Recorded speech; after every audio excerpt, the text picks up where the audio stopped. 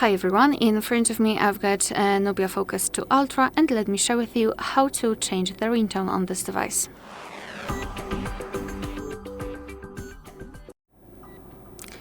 So let's begin with opening the settings, and here we have to scroll and find sound and vibration.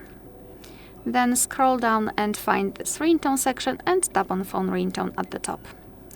Here we can choose the different ringtone for the specific SIM card. So let me show you how to do it using, for example, the first one.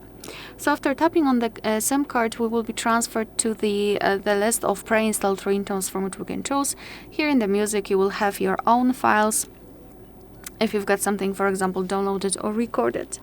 So in order to listen how the particular ringtone sounds, you have to simply tap on it and then decide whether you like it or not. So let's pretend I would like to set this tequila as my ringtone. So just tap on it, make sure that it is marked, and tap on OK. And as you can see, it is notified here and also here, which means that from now on this device will use the chosen ringtone to notify us about the incoming call. Alright, so that will be all. Thank you so much for watching. Please hit the subscribe button and leave the thumbs up.